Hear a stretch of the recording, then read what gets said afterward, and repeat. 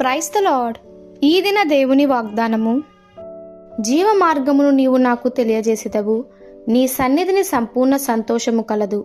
నీ కుడి చేతిలో నిత్యము సుఖములు కలవు. కీర్తనల గ్రంథము 16వ అధ్యాయము 11వ వచనము. ఆయన మనకు చేయవలసిన ఇవ్వవలసిన వాటి కోసము కాక ఆయన కొరకై దేవునిదుట విశ్వాసులమైన మన విజయానికి చాలా ముఖ్యము. ఇది ఒక గొప్ప పాఠము. ఆయన మనకు ఏం చేస్తున్నాడు లేక ఏమి చేయటం లేదు అనే దాన్ని బట్టి కాక కేవలము దేవుని యందు సంతోషించటం తెలుసుకోవాలి.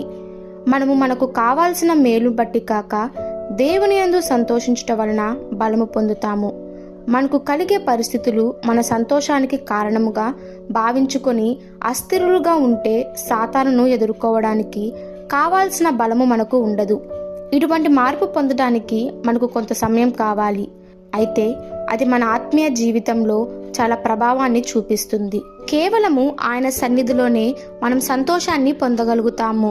ఆయన సన్నిధియే మనను ఆదరించి మనకు జీవమును, సమృద్ధికరమైన నిత్య జీవాన్ని ప్రసాదిస్తుంది. మనకు కావాల్సినది దొరికినప్పటికీ ఆయనను సేవించడానికి నిశ్చయించుకోవాలి. యోబు వలె, ఇదిగో ఆయన నన్ను చంపినను నేను ఆయన కొరకు కనిపెట్టుచున్నాను అని మనము కూడా చెప్పగలగాలి. ఈ దిన దేవుని వాగ్దానము మనందరి జీవితంలో నెరవేరులాగున ప్రభు కృప మనకి తోడై ఉండును గాక. ఆమెన్.